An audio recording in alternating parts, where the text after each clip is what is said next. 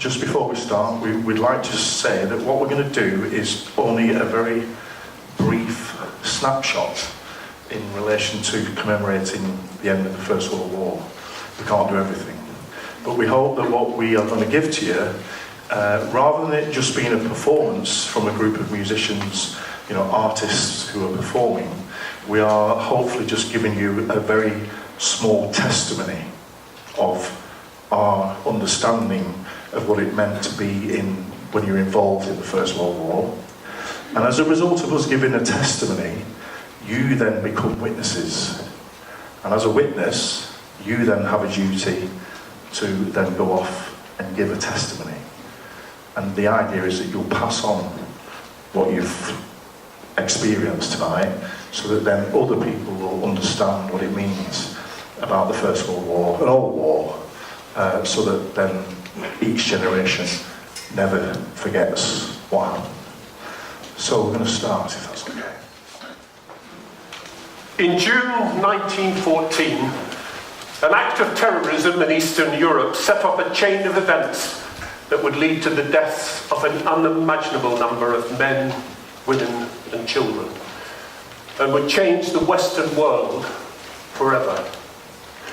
The German invasion of Belgium resulted in Britain being brought into this terrible conflict, which soon became known as the Great War. The first conflict to be fought simultaneously on land, sea and in the air, the Great War was optimistically called the War to End All Wars. A huge recruitment drive started to enlist the troops that were needed to fight for king and country. Whole battalions were formed of lads who were from the same streets, in the same towns, eager to join up and do their bit.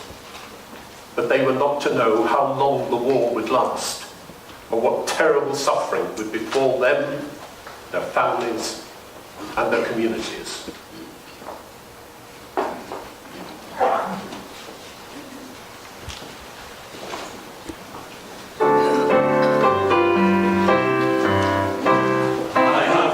Say goodbye, Dolly Gray. It's so used to ask me why, Dolly Gray. There's a murmur in the air, you can hear it everywhere. It is time to move up there, Dolly Gray. Don't you hear the tramp of feet, Dolly Gray? Sounding through the village street, Dolly Gray. 'Tis the tramp of soldiers' feet in their uniforms so neat.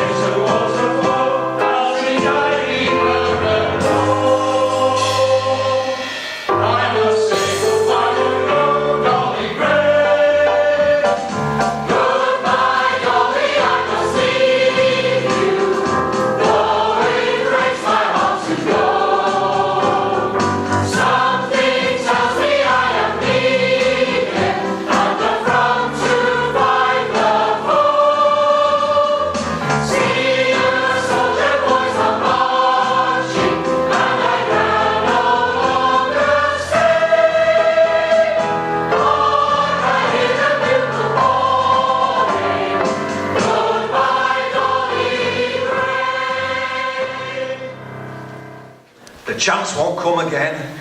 It'll all be over by Christmas, lads. So get your skates on quick. If you want to see some action, like Jock and Tap and Mick. The sergeant says to serve abroad, you have to be 19. But he wants his 2 and 6pence. So he'll take you if you're keen. Join up. Your country needs you. Come and fight the Hun. No one asks a lad his age when he's got a loaded gun. There's Jack from round our corner. He's barely 17. And Joe's 16 come Sunday. But he's tall and strong and lean. We'll look out for each other. We'll keep each other well. When we come back from Belgium, we'll have such tales to tell. I've heard about them mademoiselles. We'll see some foreign parts. We're sure to get some action. We're sure to break some hearts. They like a lad in uniform. They'll fall into our arms. They'll treat us all like heroes and surrender to our charms. It'll all be over by Christmas, mate. So come and get your fun. And fix your bayonet while you can to stick it to the Hun. We're fighting against evil. It's a good and noble cause. We'll do our bits to flatten Fritz in the war to end all wars. So say goodbye to Mother as she sits by the fire alone. It'll all be over by Christmas, then we'll all come marching home.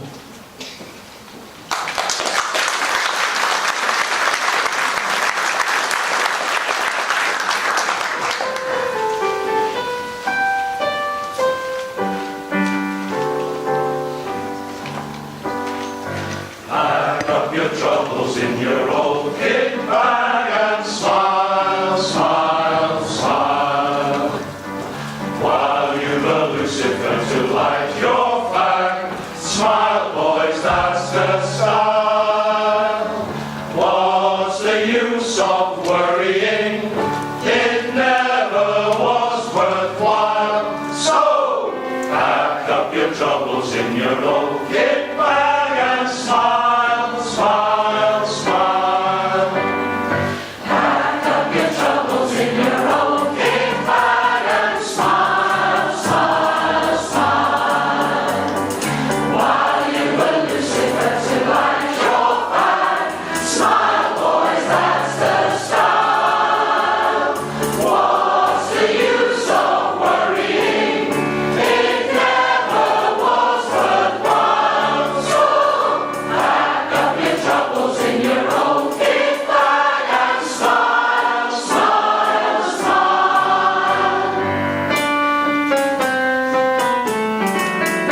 It's a long way to Tipperary. It's a long way to go. It's a long way to Tipperary, to the sweetest girl I know. Goodbye, Piccadilly. Farewell, Leicester Square. It's a long, long way to Tipperary, but my heart's right there.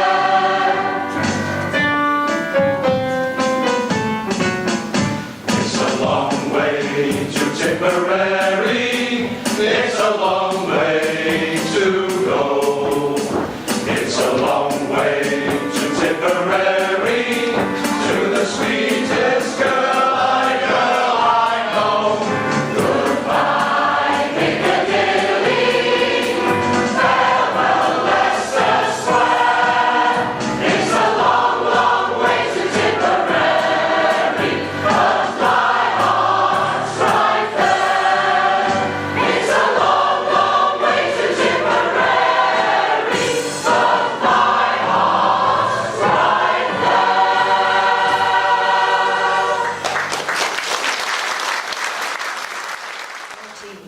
Almost 500,000 British men and boys had joined up.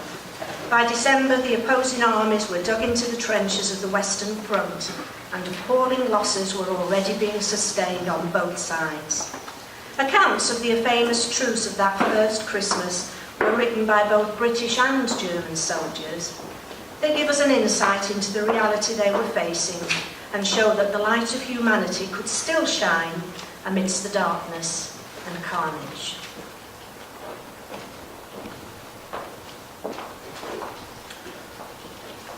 24th of December, 1914.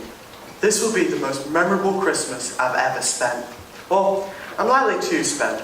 Since about tea time yesterday, I don't think there's been a shot fired on either side. Last night, there was a very clear frost, and soon after dusk, we had some decent fires going. We even sang Christmas carols, and some of our favourite songs. Time and again, from the trenches opposite, wafted towards us the sounds of songs and merrymaking. O Tannenbaum, wie Christ in thy letter. Familiar tune in the distance, but I couldn't make out the words. With my overcoat thick with wet mud, my hands cracked and sore with the frost, I fixed weary eyes on the German trenches. Oh, Christmas tree, oh, that's it! That's the song. I encouraged the lads to respond. Oh, Christmas tree, how lovely are thy branches. Oh, Christmas tree. As the night went on, we plucked up the courage to leave our position and moved into no man's land to meet the foe. We kept up a singing competition with the Germans, all the while our hands were ready on our rifles. O thou, ye faithful, joyful and triumphant, O come let us adore Him. O come let us adore Him. O come let us adore Him. Christ the Lord. Yeah, that's And I thought, well, this was the most extraordinary thing. Two nations both singing the same carol in the middle of a war. Came the dawn, under the early light, the captain fired 3 shots in the air. We bowed and saluted and got down into our respective trenches, and the war was on again.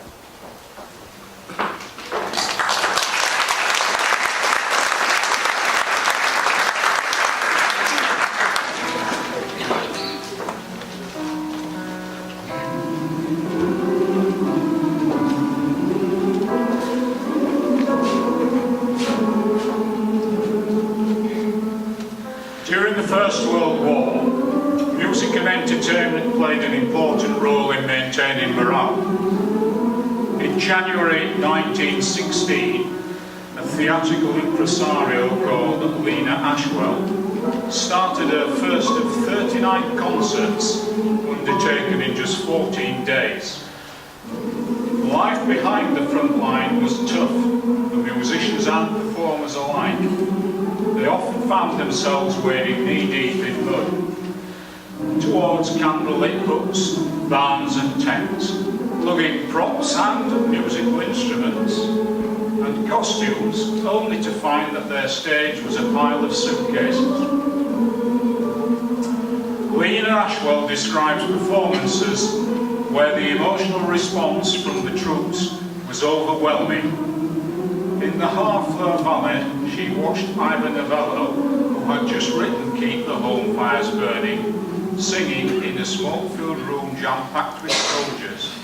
Keep the home fires burning, while your hearts are yearning, though your lands are far away, pray dream of home. There's a silver lining,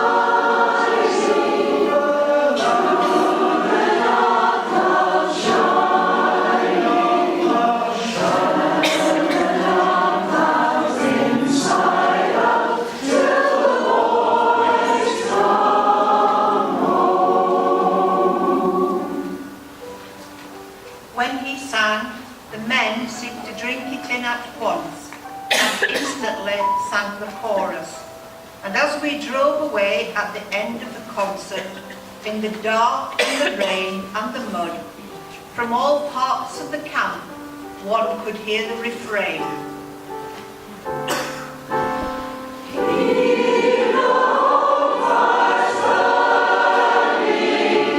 while your hearts are yearning.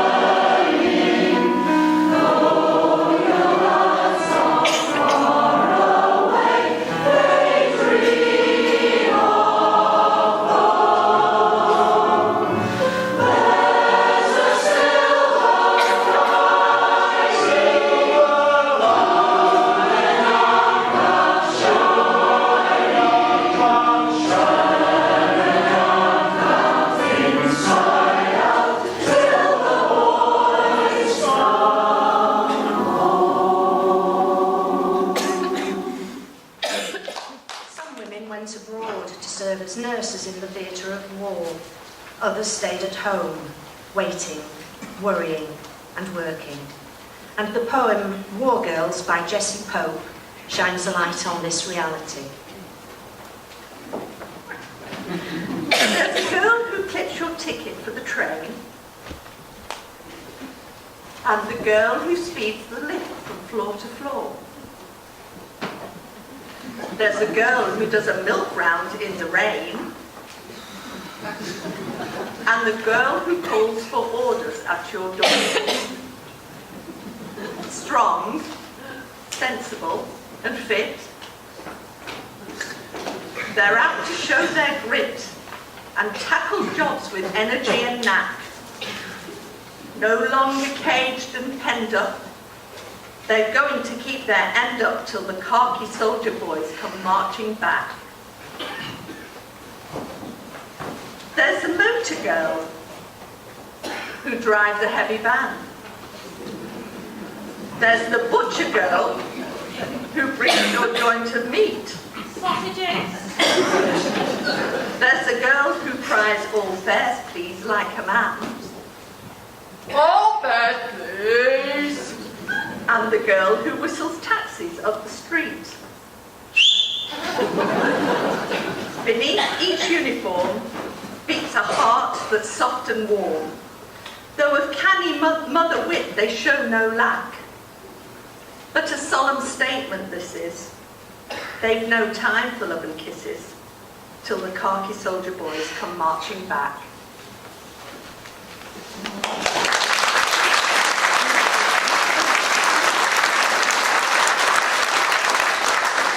Back at home here in Poulton, the local records show how the war increasingly touched the lives of the children.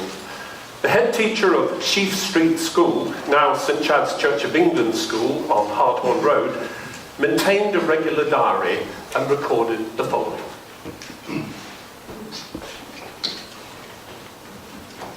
May 21st, 1915. A collection on behalf of the wounded soldiers and sailors was made and resulted in £2.10 shillings and 265 eggs. November 26, 1915. For the last 3 weeks, the children have been making small fancy articles to sell for the relief of the Belgians. December 3rd, 1915. The school has been dismissed early twice to prevent us from having to light the gas. October 30th, 1918. A sale of work raised £208, enabling the school to adopt one of the children of our blinded heroes for 16 years. Letters to and from the front line also played their part. During the war, 2 billion letters were transported by the Royal Mail to and from the armed forces. These letters again provide us with a glimpse of the reality faced both by those fighting on the front and their loved ones back at home. My dearest, I have come into that little wood and am sitting under a tree only about 10 yards away from where we sat together and you asked me to marry you. It was a very great surprise and even a shock when you told me you loved me, and I had not the slightest idea you were going to tell me so then. I wonder how you're getting on. I shall be so relieved to get a letter from you soon. I can't help feeling a bit anxious. Of course, I know you will write as soon as you can, but the time seems so dull and weary without any news from you. If only this war was over and we were together again. It will be one day, I suppose. Don't think I'm worrying unnecessarily about you, because I know God can take care of you and me wherever we are. I long to see your face and hold your hand. I take comfort from looking at your picture, and from time to time I hear a song or some music that reminds me of you. I remember the times we sang and danced, and I long for that day to return. All my love, Dora.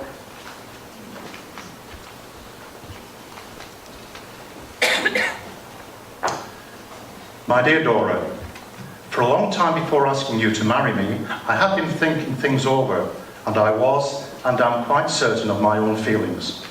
But I feel a rotter for asking you when I did. I ought to have waited. For one thing, until the war was over, and for another, until I had more idea of your feelings. One thing you must remember, if I survived this terrible war, I would not dream of marrying if I am not of sound mind. Your happiness is all I want, and if it be the case that I am terribly affected, then you must find another to love. Our love of dance and singing is the thing that I think of every day. Hold on to the hope that one day we will be together again, if God wills it. All my love, Cecil.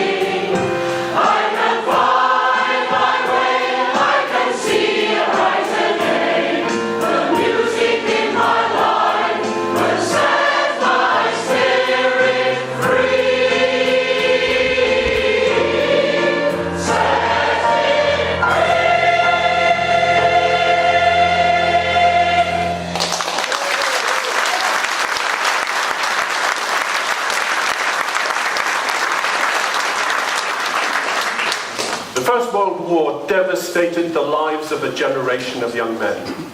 But the trauma of war didn't stop when the guns stopped firing. Thousands of soldiers returned from the battlefield and trenches, reeling from the sheer horror of the conflict. By the end of the war, 20,000 men were still suffering from shell shock. Thousands more had experienced its symptoms during their military service. The term shell shock was coined in 1917 by a medical officer called Charles Myers. It was also known as war neurosis, or combat stress, and today we more commonly understand it as post-traumatic stress disorder. It was said that the song Roses of Picardy helped soldiers who were suffering from shell shock to regain their powers of speech. It quickly became popular throughout wartime Britain and was often sung by men enlisting for the front in France and Flanders. The sheet music was sold at a rate of 50,000 copies a month, making its composers very wealthy men.